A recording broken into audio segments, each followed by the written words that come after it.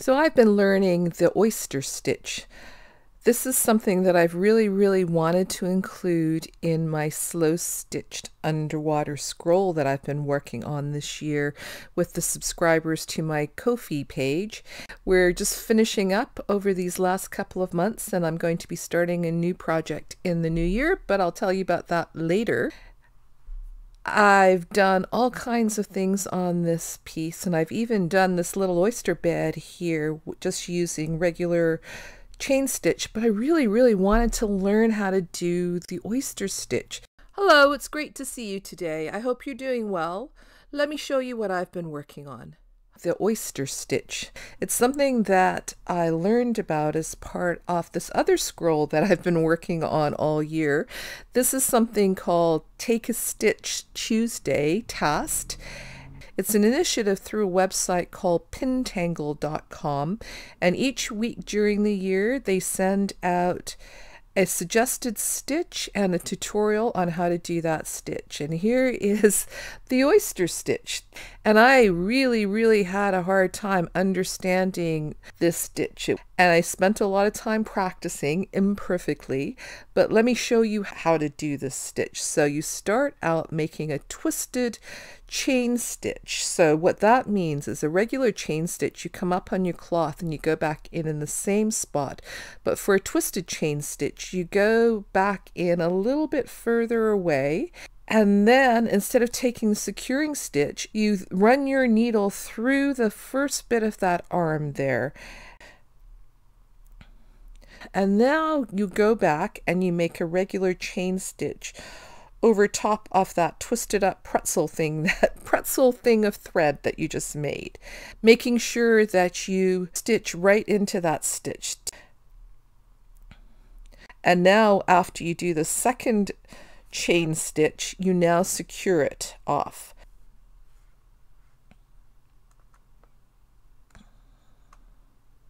It's a little bit tricky, so let me show you that stitch again. I came up on my cloth, I'm going in a little bit away, twisting that chain stitch.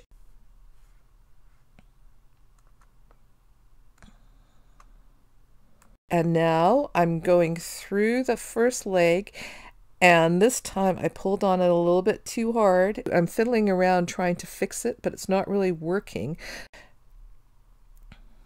So I'm just going to carry on. I'm not going to try to take this off and redo it. I'm going to leave my incorrect stitch here, because why waste time taking it off? This piece of cloth here, I'm calling it a doodle cloth, and it's just a place for me to experiment and learn new stitches.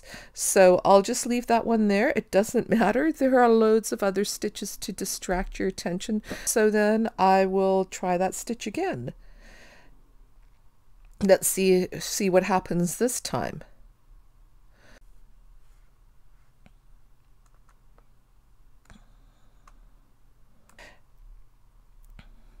So this time things look okay. I'm going back through that arm there, and nope, that stitch got messed up again. But again, I'm just going to leave it. I'm not going to worry about it, and I'll just finish it off with another chain stitch over top.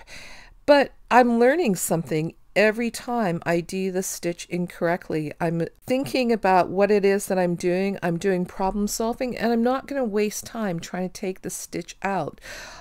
My time is more productively spent making another stitch and thinking about how I can do that differently so that things don't get tangled up. And here I am. Eventually I felt like I practiced enough, and I went on to the scroll that I've been working on. And as you can see, this time I didn't mess the stitch up. It came out just as the stitch is supposed to.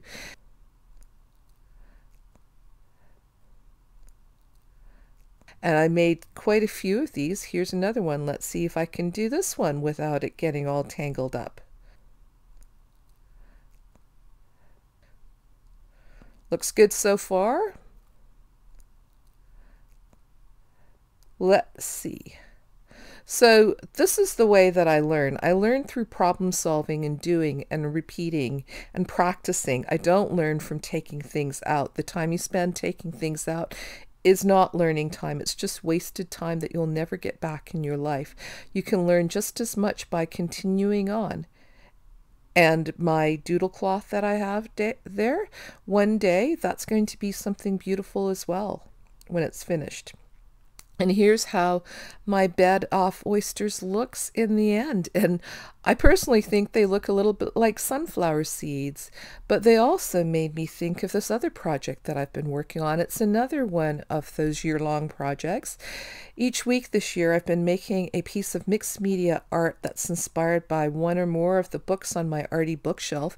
And at the beginning of the year, I was making videos about this project, but then I realized that making the videos was getting in the way of making the art. So I've continued making the art, but I no longer make a video up every week. Oh, and here's what I wanted to tell you about. So the seeds on this watermelon.